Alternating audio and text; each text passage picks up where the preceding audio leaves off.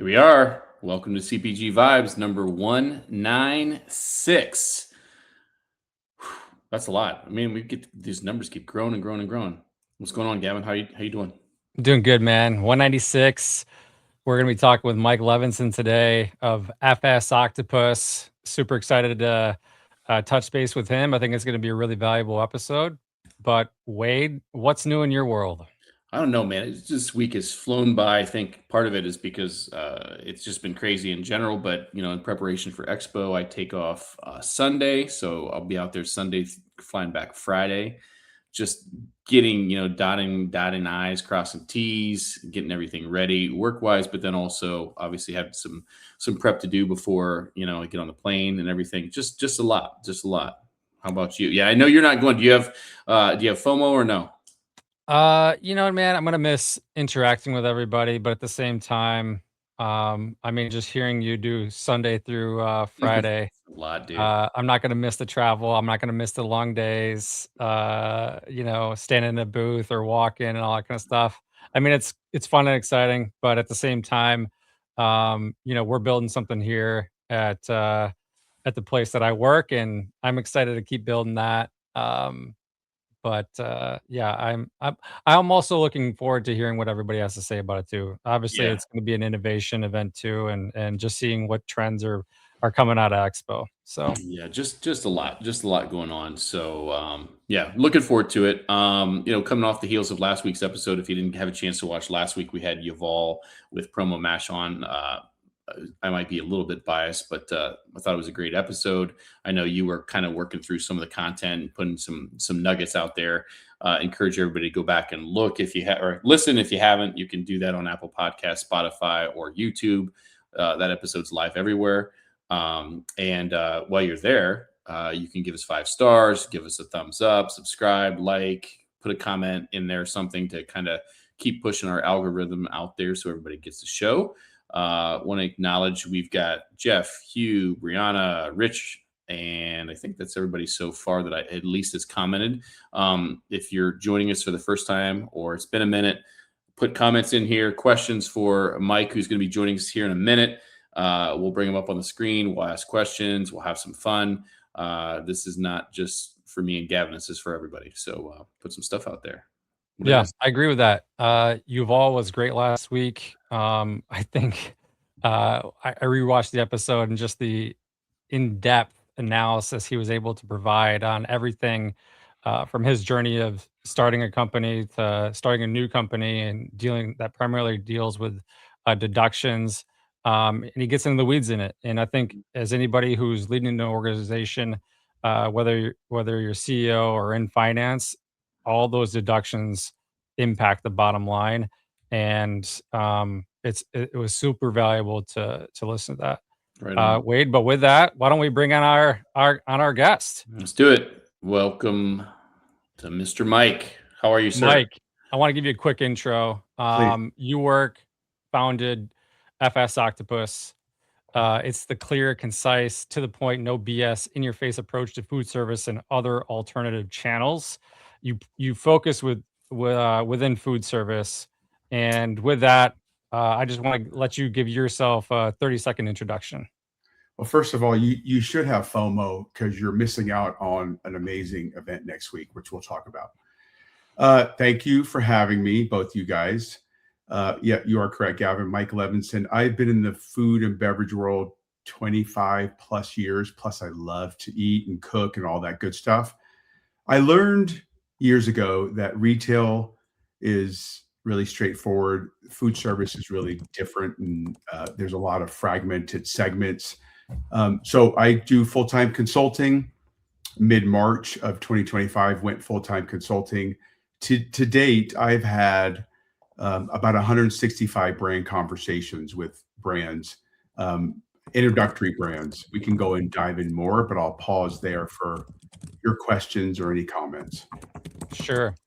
On the food service side, I think in our line of work, working for brands or brokers for retail brands and things like that, it seems like everybody's always really excited to expand into retail. And I'd like you to explain why, hey, that's cool, but there is a whole nother bucket that can be very lucrative and more impactful than what even retail is. Yes, and we talked a little before this. You guys will have to stop me. If not, I'll just keep talking. All good. High level overview. This is the way it works.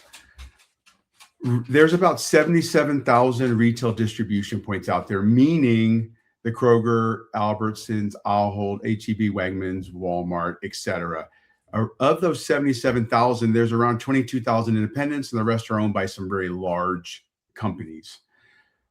Everybody, all these brands want to be in retail. We brands have been sold a bill of goods that you've got to be in retail. That's the only way. And the analogy I love to use is retail is really like the ocean. It's owned by some really large animals, whales and sharks, and some really big players. Those big players equate to the private label, which is about a $282 billion industry. And I can dive in just a moment on that, as well as the big, huge conglomerate companies, just to name a few: Mondelez, Kraft, Unilever, ConAgra, Pepsi, Coke, Campbell's. There's a handful of others out there. They own the retail space. So to have a Gavin and Wade's popcorn at a grocery store is fantastic. However, if your velocity is strong, meaning the retailers have a certain threshold and you are above that or doing really well, guess what happens? You get knocked off. Or if you're doing very bad and you're under the velocity, you get your ass kicked out. So how do you win at retail in a sea of 40,000 items? You really don't. And I know many brands that have been in retail and that are getting clobbered working with the retail as well as the distributors behind that. It's very expensive. It's something that most brands should not do. And I love analogies. That's my thing. It resonates with me. So I always say to somebody, if you are a 7 or 8-year-old boy or girl and you love baseball, you love it, and you live in, I live in Denver. I'll pick on Denver. You are a great baseball player, and your mommy and daddy said, "Oh my gosh, Gavin, Wade, Jill, whoever, you are a hell of a baseball player. You hit that ball so great at 7 or 8 years old. You're amazing. Why do you want to play t-ball when we can go play for the Rockies?" So your mom or dad get in the car, they put you in the car, and they take you to Coors Stadium, whatever it is, Yankee Stadium, and you try out for the Yankees or Rockies or Dodgers. You're not going to do well. And that's the problem with brands, is they think they're going to get into a Target or a Whole Foods and it's going to be that's it. That we're in there, we're set, they're going to sell our product for us, and you're basically renting space at retail. Meaning sales, whoever the salesperson, whether it's a sales the founder or a sales agency or a salesperson or a broker, get it on the shelf, but marketing takes it off the shelf. So just because you get into Whole Foods, Target, Sprouts, HEB, fantastic. Congratulations. That's half the battle. Really, the battle is to get it on the shelf and off the shelf quickly and own your customers. Own brand awareness and loyalty are really important. And brands don't understand that. They think just because they get into a retailer with 40,000 other items, their product's going to move, and it doesn't work that way. So I figured this out. I figured, with all respect to the retail folks out there, retail is easy. Retail really sucks. To be truthful, it sucks.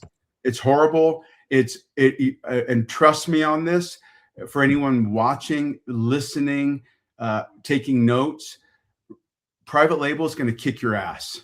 Okay. Matter of fact, we have seen it. We're going to see more and more of it. I don't care the category except for the candy category and the beverage category, meaning the Coke and Pepsis. You're not going to touch those guys, and the Mondelez and Mars and Hershey's of the world and some other brands. You're not touching. But if you've got other items, pizza, ice cream, snacks, other beverages, good luck. You're going to get your ass handed to you by the private label industry or the big boys. So why play in retail when it is extremely expensive and you've got to go for the reset dates through Range Me or whatever it is, blah, blah, blah, versus going after these alternative channel, small format lakes, rivers, ponds, and streams that are out there in your backyard. I don't understand why any brand out there, I don't care if you're a food, a beverage, frozen, refrigerated, shelf stable, better for you, the first to market, I've heard it all, blah, blah. I don't care about that. What I care about is owning your customer.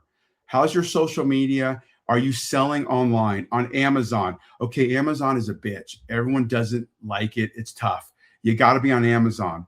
You have to sell on your own website. You have to own your customers and start in your backyard. Farmers markets, fantastic. Then you go after smaller formats. Is my product right for a college and university? Is it right for a tech campus? Is it right for a micro market? Is it right for true hospitality? I don't think I took a breath by saying any of that. So you guys talk. No, it's good. I think this is going to be a good segue because I know there's a question or a couple questions in the audience that Wade's going to pull up. But so retail's tough, retail's hard, retail's uber competitive. It doesn't matter what category you go into, and you bring up a really good point with private label. Private label is going to, chips as an example. Like today's manufacturing of private label pizza, ice cream, chips, cereal, it's as good as it's ever been, and it's only going to continue to get better. So if you're creating a cereal today, you better be really innovative, right? It better be something that is not shredded wheats that's been done by 10 other brands before. It better be better. Maybe it's got creatine, protein, all that kind of stuff added into it, and drives up the price point and provides a lot of premium dollars to the category. But I want to segue into the actual food service side of this, which is you deal and specialize at college, universities, hotels, micro markets, hospitality, the business industry, military, cruise ships and prisons, restaurants. And then Wade, bring up that one comment from is it velocity? Yeah. Steve's comment is, how does the velocity compare to retail velocity on average? And I think that's a really good question, because I think that's going to be something that can help create a visual for either a salesperson or a founder of an emerging brand or even a established brand. It's a good question. Look, in retail, it's really about the number of distribution points, right? You get into a grocery store, you could sell 1, 2, 3 units a week, and that's probably the average standard for that category. It depends on the category. In a tech campus, which is part of the micro market universe, which includes vending and OCS and pantry, you could go through 50 items a day or 100 items of that same product. Okay. Yep. So like I said, I love analogies. At retail, the buyer will put it on the shelf to test it, right?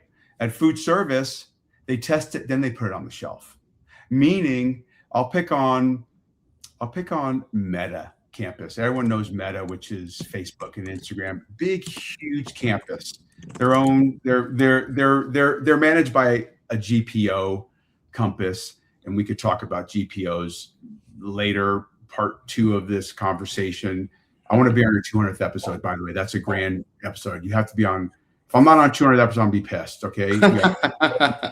We waited 196 to get you here. What's 4 more, right? Yeah, right. I would have been on 200th as well. So like a Meta campus, they will vet it out. They serve it to their employees. They do all of the necessary homework. And then once they get the green light from their employees and the management company, then they bring it in and it's on large volume. But at retail, it's kind of the opposite. They bring it in and sit on the shelf and see how it does. And if it does well, great. If it doesn't do well, you're gone. So to answer Steve's question, it could be 10 times or 100 times the velocity. Is food service sexy? No, not like retail. It's fantastic to walk into your Wegmans and with your boyfriend, girlfriend, husband, wife, child, friend, whoever, and say, look at my product on the shelf. That is amazing, and it's such an accomplishment. Big effing deal. Who cares? It doesn't mean anything because the movement's not there, and you're going to be upside down. You're going to be in the red. But if you get into a college campus or a micro market, vending, or a corporate campus or hospitality or cruise line or whatever on the food service alternative channel world, the velocity is through the roof. And there's not a lot of red tape. And I know people are going to push back on that and say, well, there is promotion and there is slotting. There's not a clear-cut cookie answer to that. It's all individual. I think the most important takeaway that anyone's watching or listening is the following: own your customer, create a product that you know who your target market is. And I use this line quite a lot. When asked who the target market is, this one gentleman, his name is Chip Wilson. He owns a clothing brand, and I'll tell you the clothing brand in a minute. True story. When asked on a live interview, the interviewer said, "Who's your target market?" And Chip Wilson stopped and he thought and he said, "A 30-year-old woman who makes $110,000 a year or more, lives in a high rise, likes the finer things in life and to travel. Not a 29-year-old, not a 31-year-old. Chip Wilson founded and owns Lululemon. Okay. Mm-hmm. So that 30-year-old represented who his customer is. So I hear all the time, who's your target market? I don't know. Or who's your target market? Anyone with a mouth? I've heard that one before. That's a funny one. Or who's your target market? I love this one. 28 to 50-year-old mothers. No shit. That's everyone's target market. You can't afford it. I want somebody to come to me and say, my target market is a 14-year-old Boy Scout who loves Dungeons and Dragons and playing Super Mario. Like, that specific. Don't create your product and then say, oh, by the way, if you hear noise, I have tree trimmers. I apologize, in my backyard. Who your target market is, I don't know. I'll just create my product and then they'll tell me who it is. It doesn't work that way. Just because you create your granola in your basement in Des Moines, Iowa, and your friends and family love your product, that doesn't mean it's marketable to a buyer, a customer that doesn't know you and loves your product. Mike, I got another question. I got another question on the food service side of things in correlation to retail. What is, so let's say you get a airline or you get a cruise ship. How long is that rotation? In retail, it could be 6 months and 8 months before you're getting your discontinuation letter. How long is it on the food service side?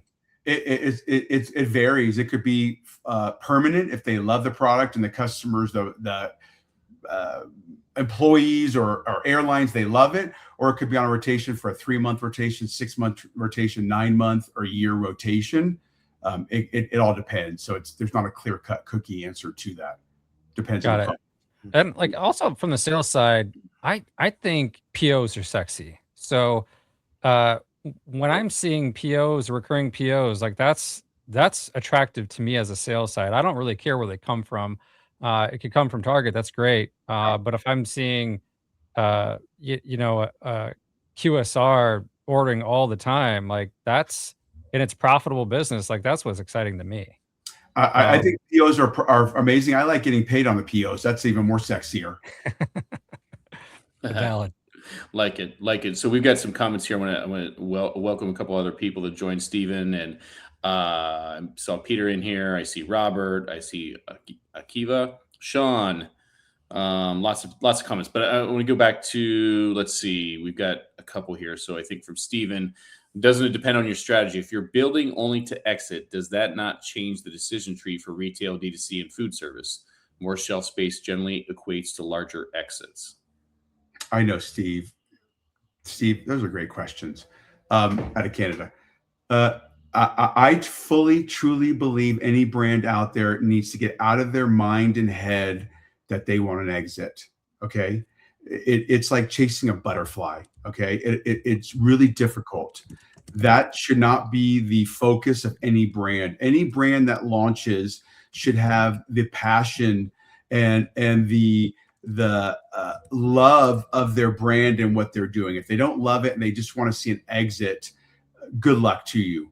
I believe that I don't care if it's retail or alternative channel / food service, brands are being gobbled up by other conglomerates, private equity, monsters because of the distribution.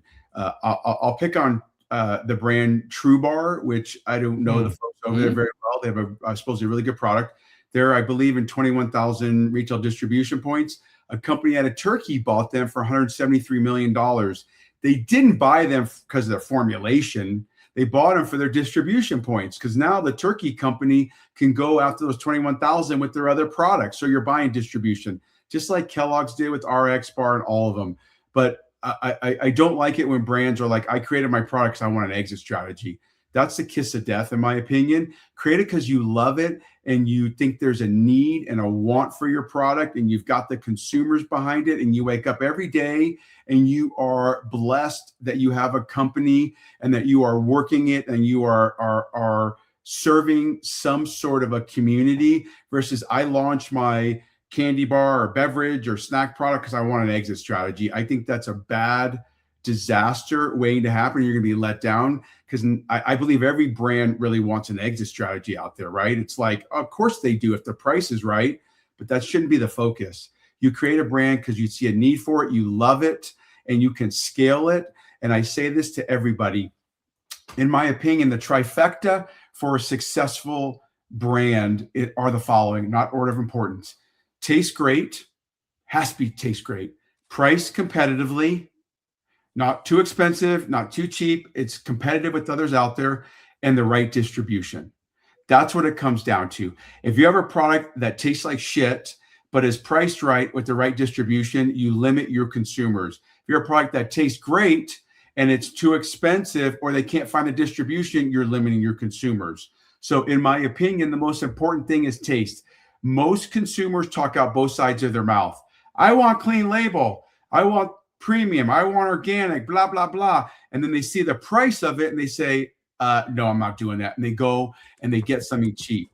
What is the number one selling candy bar at convenience stores across the US? There's 155,000 convenience stores in the United States. A convenience store is a small format, 400 to 500 items. What's the number one selling candy bar from Seattle down to San Diego, over to Miami, up to New York, and all in between? You guys tell me what it is.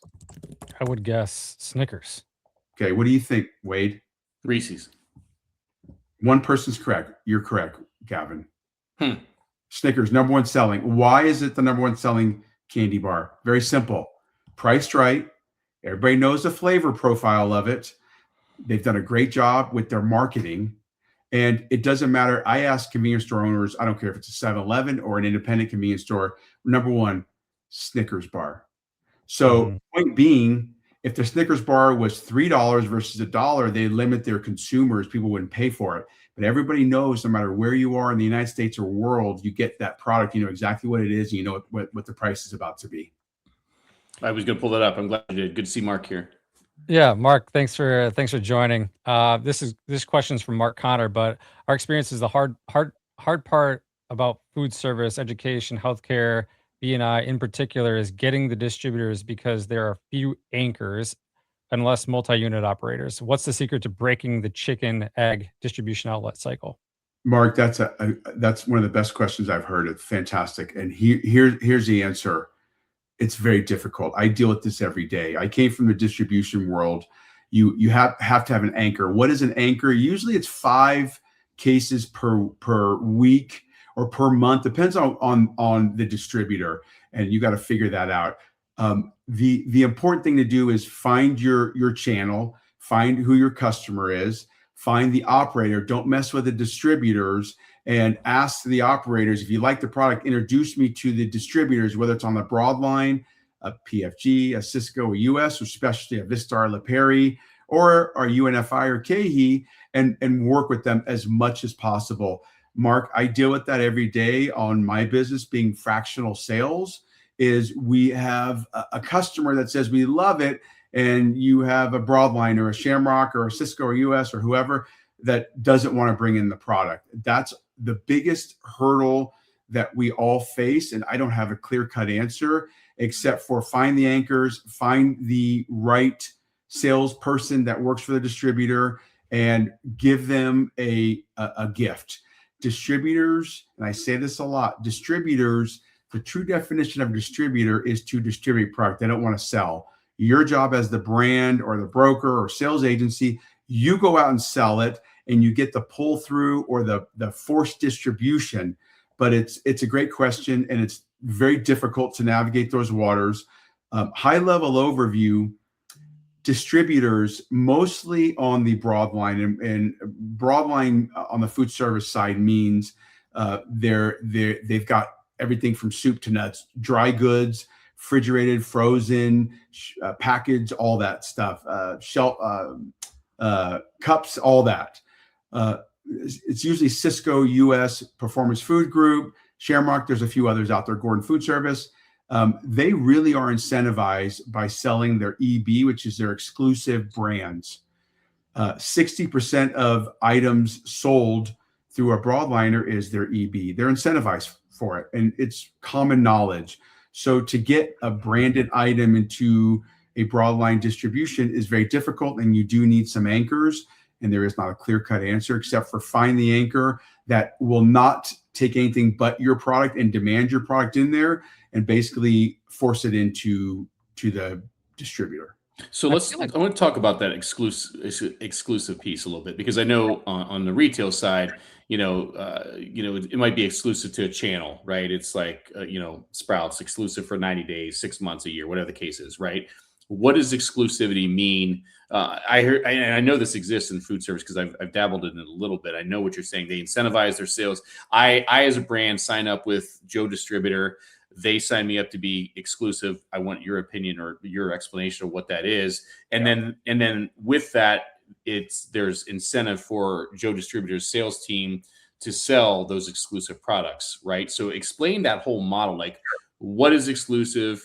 Why the incentive? Where's that money come? Just break down that whole model. Yeah. So it's a good question, Wade. So there's two types of exclusivities. There's an exclusivity with a broadline distributor like a Cisco, a US, a PFG. Those are the three big ones out there, where they would do a deal with the brand for a year or 2 years, where they're the only distributor that sells the product. In this channel, correct? Okay, not. And Mike, if I can clarify here too, is it like, let's just use blueberries as an example. Is it a 10-pound package of blueberries that they can only sell, or can they sell only the 10-pound to this distributor, but they can sell a 7-pounder somewhere else? Not to go in the weeds too much.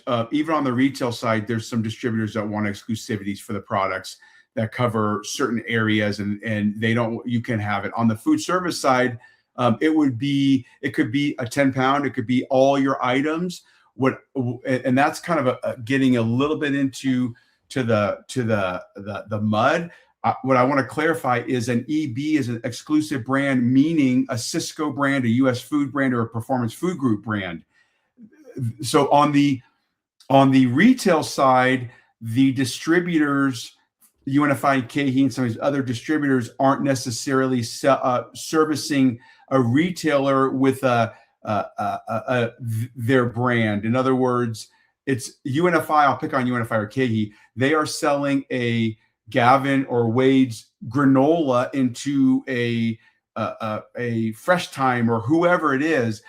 That the private label side of it comes from the retail. On the food service side, the broadliners, the Cisco, US Food, Performance Food Group, Shamrock, Benny Keith, Gordon Food Service, they all have their own brand, meaning they could have a quinoa, an olive oil, flour, cheese, sauce. It doesn't matter what it is. They are the sales reps on the distributor side are incentivized for selling that. Okay. If that's kind of confusing, we can dive in another time. Nope. I think that's good. That's good. I had a question on the follow-up with Mark, but I forgot what it was now at this point. So I think we have to move on. Well, we'll think it'll come to you. It'll come to you. Yeah. I saw something here that from Steven. There wasn't a question on that. That was just a comment, right? I didn't want to Yep. take that off. Okay. If product slows down, I like this question. If product slows down with food service, what leverage do we have to correct it, or better yet, how do you fix it? That's a high level question. I don't know if food service, he's talking true food service or retail CPG. If product is that food service and it is not I think he probably means like an account. So like let's say your item that you got into a coffee shop chain started to slow down. It was hot and then it just tapers off. Like How do you right the can you ship? do anything? they'll pull it and replace it. Hmm. Pretty simple. Because there's no like standard like in retail brick and mortar. It's promotions. It's digital coupons. It's things like that. So what I think that's what do you do on the food service side? They could at a coffee shop or that's a tough question to answer on just a black and white. Retail is very straightforward. You have promos and BOGOs and TRP. You have all of that. On the food service side, it's very fragmented, and those are questions that have to be addressed individually. Because if it's a coffee shop, then they might do a discount, or if it's on a tech campus and they're giving it away, they'll pull it out. If no one's eating it, picking it up, buying it, they'll get rid of it and replace it, or it goes through its sales cycle. So it's a hard one to answer specifically because most brands think retail, and as you said, Wade, they'll do a promotion, they'll do something to, and I know the retail world relatively well, that when an ice cream or a pizza or a chip or whatever is on promo, it usually does very, very well. And the minute it comes off a promo, the velocity goes down pretty bad. I got it. It's way different at food service alternative channel. Very, very, very different. I mean, even convenience stores do promotion and things, but that's getting too much into the quicksand, and I'd rather keep it high. I'm happy to talk to anybody out there. The question that I had with Mark's comment, his initial one where, struggling to find anchors and things like that.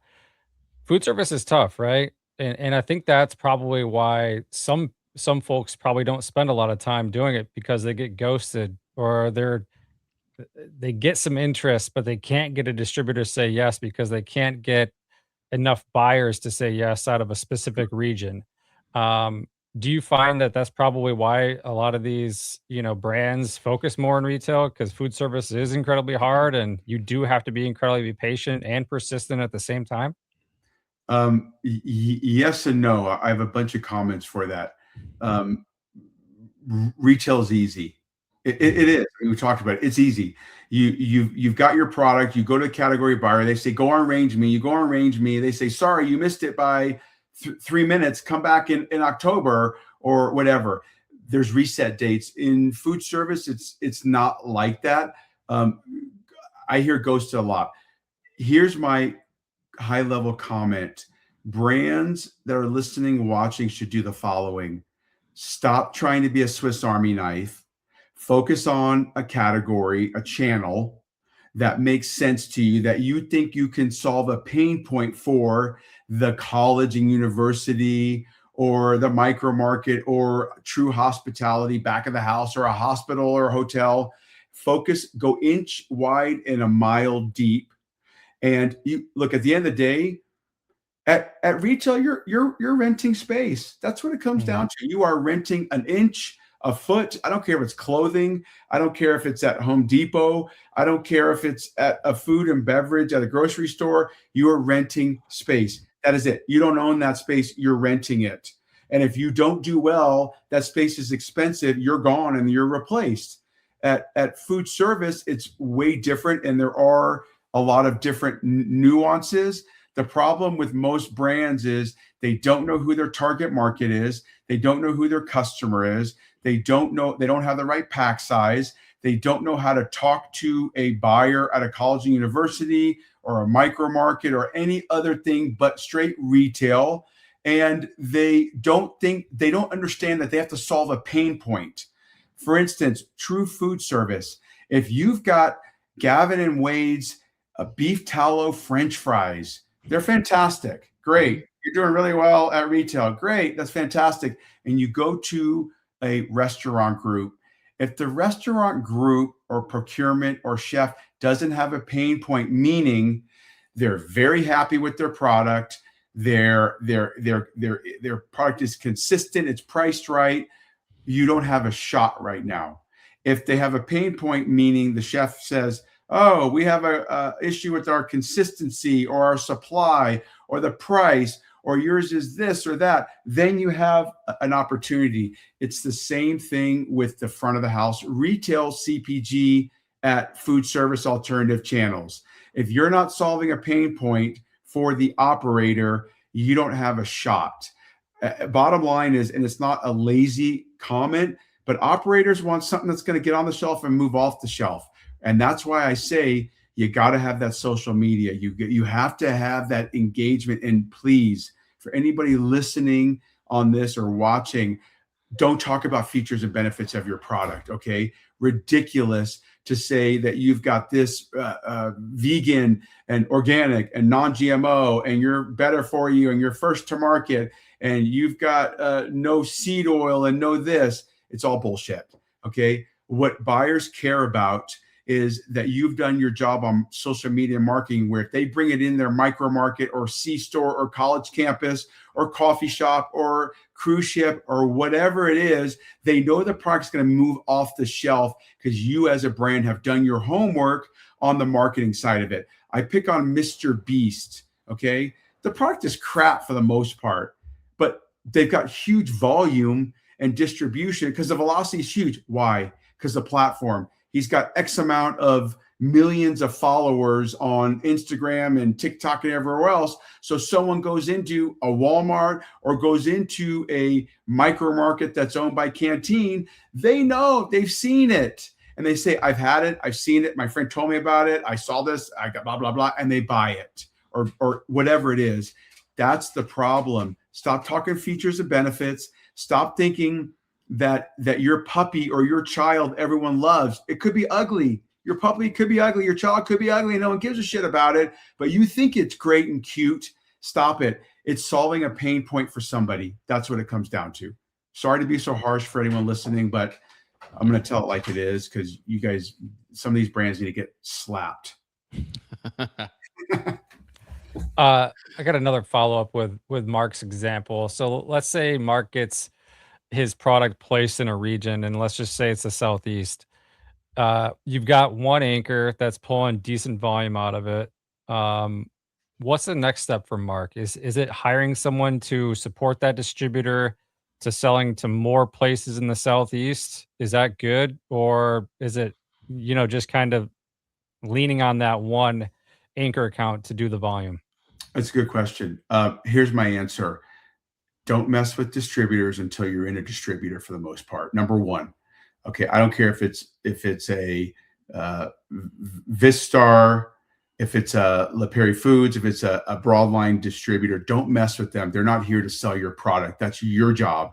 Once you get in to the distributor, I think you need to find either a sales agency like I do, a broker, fractional sales, bring on someone to manage and work with the distributors, meaning you can do some spiffs with the distributors. You incentivize them.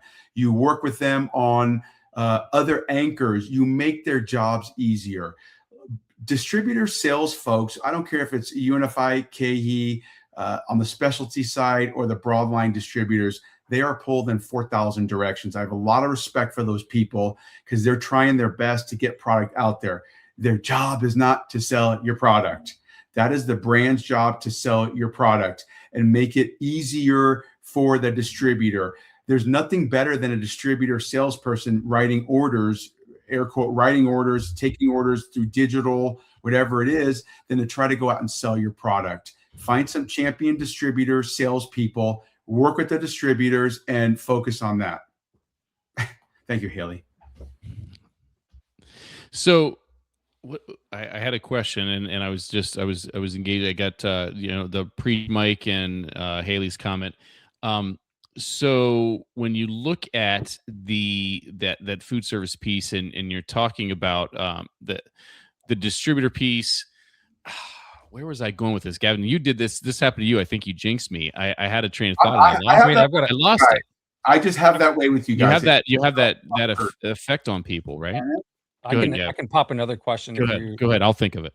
Okay. So, Mike, another generic question, but let's just say you're with Unify and KeHE now. They do a little bit of food service, and those food service accounts are selling. Like they let's say this brand's got 5 universities that are ordering somewhere between 5 and 10, 15 cases every single week, which is good, right? One location getting that kind of product, doing more volume than retail, probably a chain retailer is doing at that point.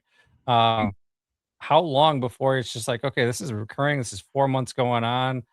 Should I pursue more colleges and universities? Should I make that investment? I know you have your question, Wade. I'm going to answer this. Yes, if it's working in college, university, and Unify and KeHE do have a good alternative channel food service team that works with a lot of the tech campuses, especially West Coast, East Coast, as well as some CNU.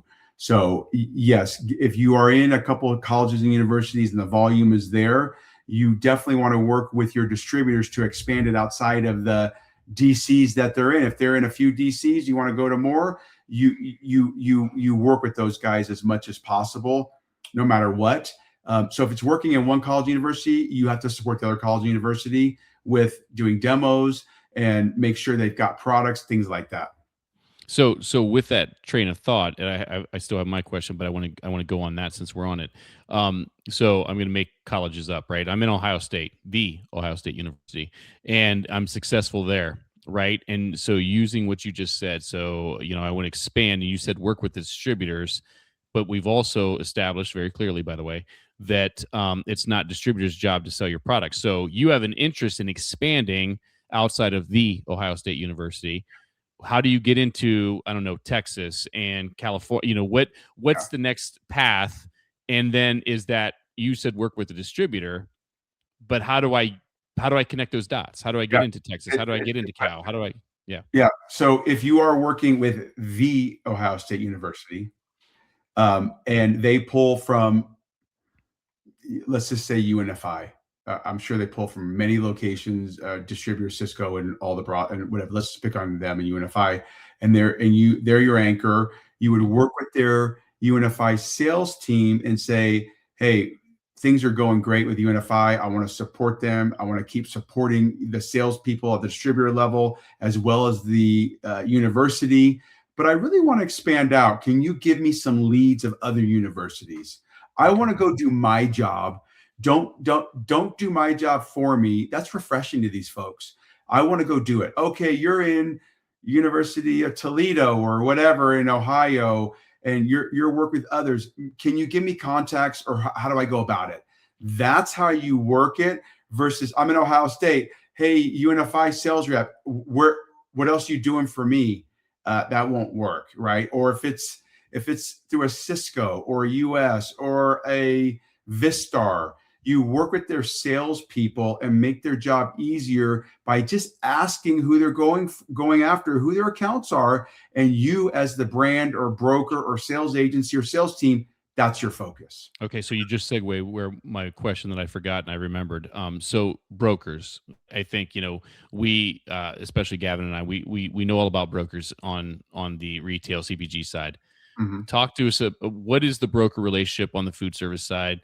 How do you what does that relationship look like? Are they helping push paper? Are they the ones selling product? What do I as a brand need a broker for in food service, and what should my expectations be with the relationship? Most brokers suck. Easy. Okay. I'm sure I'm gonna get a bunch of shit for that. There are some really good ones out there. I'm not going to mention the good ones. I'm not going to mention the bad ones.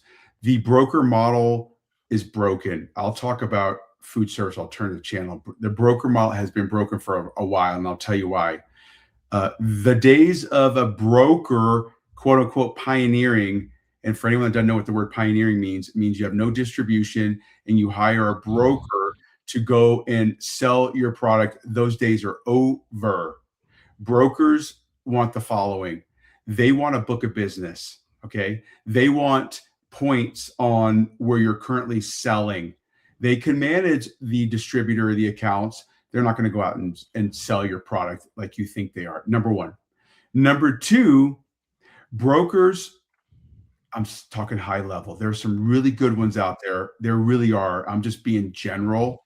They're snake oil salesmen. They're used car salesmen for the most part. They will tell you anything you want to hear. Okay. And they bring you on and they'll charge you a retainer. Some could be $2,000, $3,000, $5,000, $10,000 a month. They'll tie you up for a year. They'll want points on the back end as well. But they don't tell you they've got 47 other brands that are big, that are moving it, and they just want your money and they're not going to do shit with you, number one. Number two, most brokers don't share data with you, which is total bullshit. Okay. If I was a brand and I hire a broker, I want data, meaning where are you going? Who are you going after? How do we work it together? That's number two. Number three, brands don't know what they're doing with brokers, meaning brands think they're going to hire broker ABC and that broker ABC only has one brand and it's them. Not true at all. Don't leave brokers alone. Brokers are like exercise equipment, meaning if you have a piece of exercise equipment or a tennis racket or a golf club, it won't do it on its own, guys. You got to use it and work it and know how to use it. So as I said, most brokers, 90% are shit and don't do anything. And I'm sure I'm going to get hate for it. That's fine. But they've all proved me true. And I want to see a broker that has done well and gotten a lot of brands on and has pioneered. It's not going to happen. Like I said, there are some good ones out there, but at the end of the day, it's your job as a brand to go out and sell or get people that can go out and sell your product and focus on a category that makes sense for you. And when it makes sense to bring on a broker to manage a distributor or manage an account, then you can do that. Come on with the hate mail, folks. I'm waiting. I know we got a couple of questions here, Gavin. I don't know if you had a follow up to that or you want me to go into the questions. Nah. He's just smiled. He just smiled. Okay, we got Robert. What do you think about approaching school, university, etc.? I know a young man, so do I, Robert, who does ticketing but offers sponsorship to his clients, schools, minor league sports teams. I keep telling brands they can hop on his wagon and sponsor a school. Realistic and manageable. Any thoughts on that? How come we only get Canadian people commenting? I'm just curious to know why. Dude, we're like the #1 CPG podcast in Canada, so that's what is Canada smaller than California, so it doesn't really matter. I don't understand what was the. I don't understand the question. I think he's saying, what do you think about approaching a school or etc.? Let's see. Let me bring it back up here.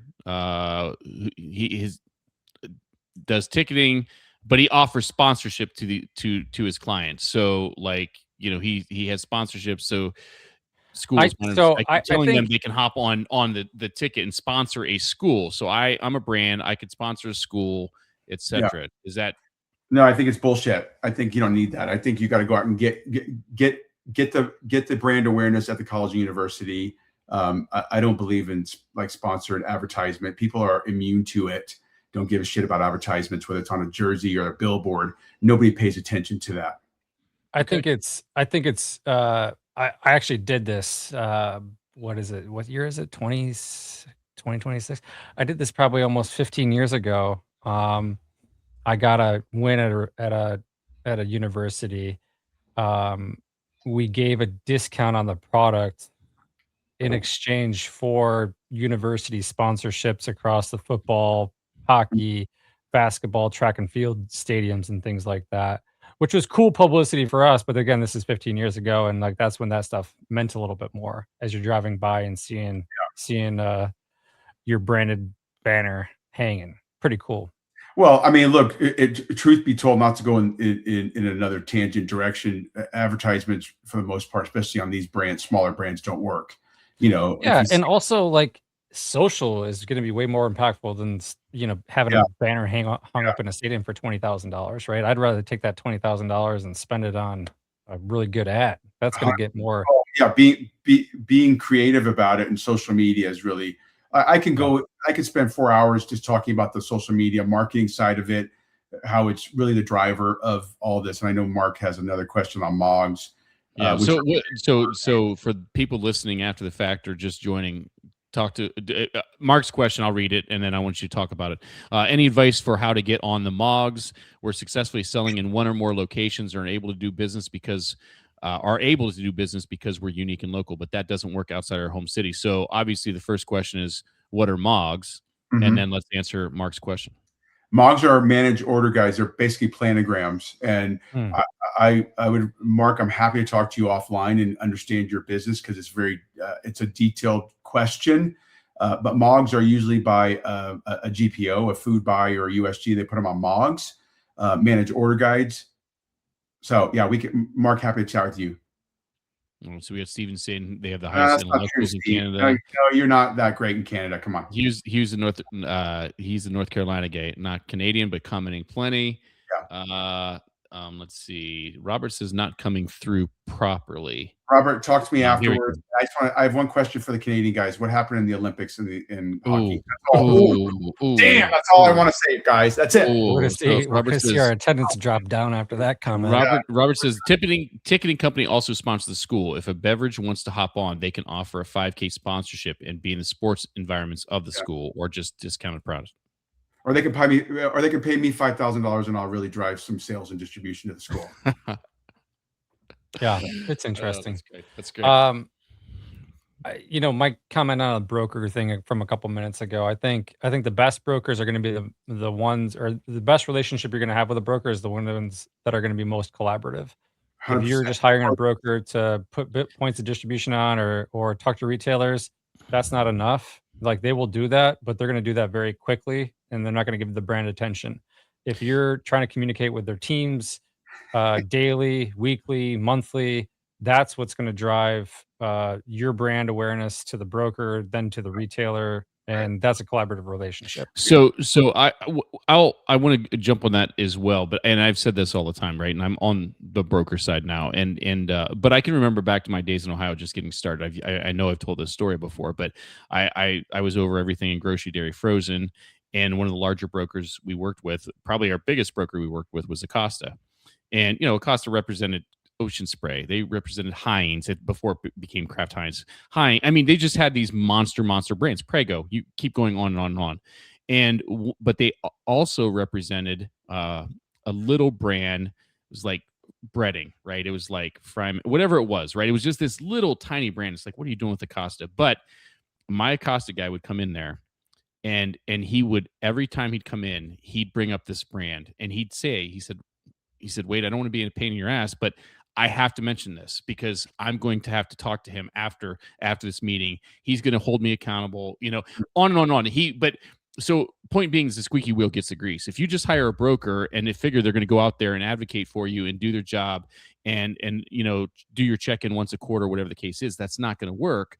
But in this case, you've got these monster, tens of millions of dollars brands that Acosta represent. And I'm not picking on Acosta. It's just the example I'm using that they represent. They're going to get their just due. But here's this little guy that arguably might not even have any business being with them, but he was going to get his money's worth, and he was going to make sure that person that was calling on, I'll plug my old chain, Bueller's in Ohio, he was going to get an answer from that buyer, good, bad, or otherwise.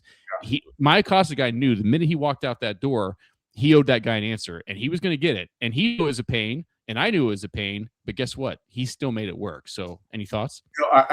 Yes, a couple thoughts on that. Number one, brands need to align with brokers that are their speed and their size of business. There are some massive brokers out there that a startup or a small or a regional play should not touch. It's just like the sporting world, right? You're not going to play football for the Dallas Cowboys at 8 years old. Let's align properly, number one.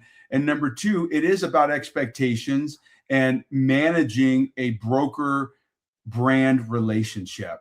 And that's the problem, is that brands assume, don't ask the right questions, and don't do their homework on the broker network. And they think that a broker is just going to go out and sell. But not to go too much in the weeds, but it's a matter of finding the right broker that aligns with your goals and having a plan. I say this to a lot of people. If you are driving from Denver to Cincinnati, I don't know where you live, Wade, Denver to Cincinnati. Okay. Denver to North Carolina. I'm going to get in my car. I ask this a lot. I go, how are you going to get from Denver to North Carolina? And they go, well, you get your car and drive. I'm like, no shit. How? Well, I'm like, you got to have a roadmap, right? Okay. It's electronic, but it's still a business plan of where I'm going and how I'm going to get there. Why don't brands have that? Why don't brands have it? You know what? Here's my plan for the next year, 6 months. Here's what I'm going to do. Here's how I'm going to do it. Here's how I'm going to focus. And I'm going to really lean into certain channels, but I'll be flexible and make it my best effort and see where it goes. And I can go off. But if not, they all want spray and pray. All brands for the most part are like, let's go after everybody. And I say this, I'm not a hunter. Don't here to offend anyone. If you're going to go deer hunting, you don't go out with a shotgun. You go out the rifle. If you're going turkey hunting, you go out a different kind. No one goes out hunting with a shotgun. No one goes out fishing with a lure and think they're going to catch something. They have it specific. And that is the analogy that brands don't understand is target market, who you're going after. Stop messing with big, large retailers. Just because you get into Target, can you afford it? How are you going to support them? You can't. That's not it. Go after your backyard, own small format, some lakes, rivers, and ponds, and give me a call and I'll kick your ass, brands, and I'll beat your packaging up and I'll tell you have horrible social media. And then you'll be like, this is refreshing and let's work together. I like that. That's a good analogy on the fishing one. You're not going to use, you're going to use specific tackle for a specific fish. So you should use that. You're not going to, same thing with deer hunting. You're not going to shoot a buck from 100 yards away with a shotgun. It's just not going to happen. That's what brands do. Brands think they're going to try to go after everyone, and it doesn't work that way. You got to be niche-y. And like I said, I know we're kind of getting close on time, and this is a sentimental, heartfelt comment that I'm going to make to you guys. I get like emotional about this. I so much want these little brands to succeed over these large brands. It's too bad that these large brands own the world.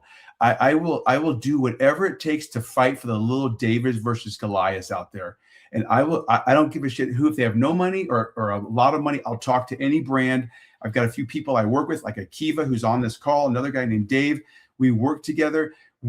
It's not about the money for us. I mean, this is what I do for a living is I work with all kinds of brands. Most brands don't have the money to really afford to hire an agency like what I do. But if we can give value to any little brand out there, that's what it's all about. And I truly get emotional about this because it really is private label of these monster brands that own the world. And there are so many quote unquote emerging brands that I think have such a fighting chance. You guys didn't ask me about Expo, and I wanted to kind of comment on that. We got okay. 2.5 minutes, maybe 3. Good. Hey, I'll be walking it. I know, Wade, you're walking it. Expo, what's your strategy walking the show on the food service side? No fucking idea. Excuse my language. I don't know. It's so big. I don't know. I just am going to walk it and hopefully find some. I have a handful of brands I work with now that I'll go visit. But do you solicit new representation there or just have meaningful conversations? I don't sell my business. I give cards out, and if brands want to talk to me, I'm happy to talk to them. It's not the right place most of the time to talk to these brands. They're overwhelmed and bombarded, and a high level overview. And I'm sure I'm going to piss off people when I say this. Expo West is Expo Waste. It's a fucking waste. I won't say the word F again.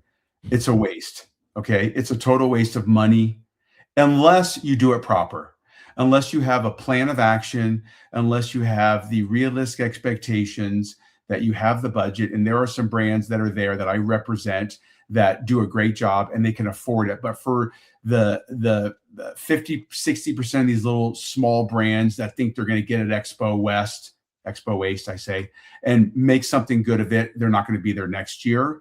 And that's the heart thing that I have a hard time with is these brands should not be playing in such a large format. It's great for marketing. It's great for networking and connections. And if you do it right, it's great. But to have another beverage, functional beverage or snack item that is quote unquote better for you at this, that it has no differentiation from anything else that's out there, I feel bad for you guys to spend $7, $10, $15, $20,000 and get zero out of it. I really do. Yeah, and I wait, I don't know if you have a hard cutoff. I can go for a No, couple more you're minutes, good. but I would just say like if you have a cool product to display, sample, and I made a post about this earlier today, but it's your salespeople, your founders, you need to be locked in. You need to be dialed in. You need to be very engaging with your audience. If you have a product that's not going to sample well, it's almost like I have the same thought. Like I've been to Expo for 10 plus years now. Um, and you'll go down and see some booths that, like seasonings as an example. There's nothing really sexy about seasonings at this kind of trade show, right?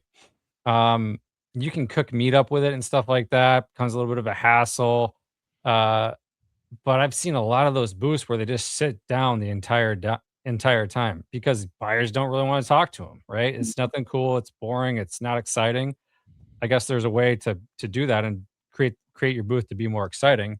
I think Daniels Look, did that a couple years ago, but booths at the end of the day are really like record albums or book covers, right? The buyers and consumers walking by, out of 3,800 or 4,000 of them, they are going very quickly.